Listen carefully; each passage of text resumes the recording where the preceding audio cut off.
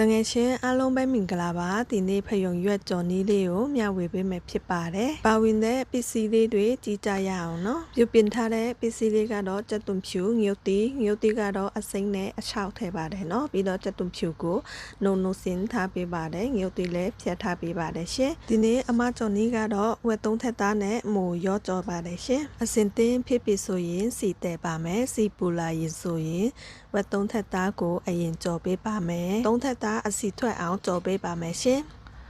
ဝက်သားကြက်ပြီဆိုရင်ပေးနာမှာဖယ်ထားပေးပါပြီးတော့ငြုတ်သေးနဲ့ကြက်သွန်ဖြူကိုထည့်ကြော်ပါမယ်ရှင်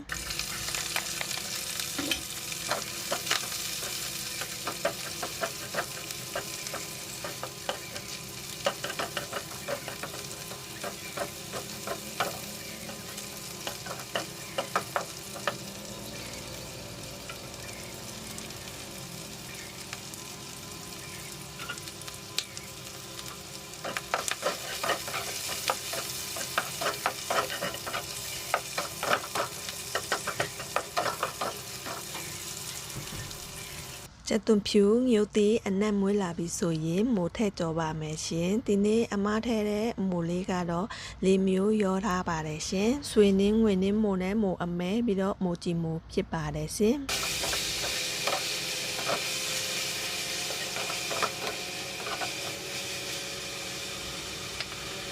အယတာအတွက်ကတော့ငန်းပြတ်ရည်ခယူးစီကြက်သားမုံထဲပါတယ်ရှင်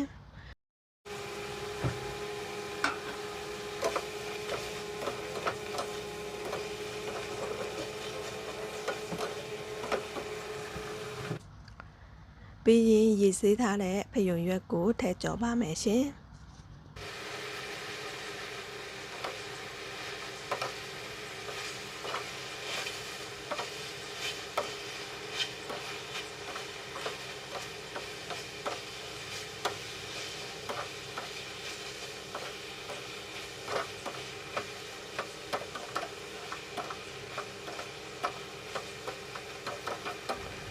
တမအောင်မွေပြီးရင်ဖယုံရွက်ကြက်အောင်အဖုံးခဏအုပ်ပေးပါမယ်ရှင်ဒါဆိုရင်ဖယုံကြော်ကြက်ပါပြီရှင်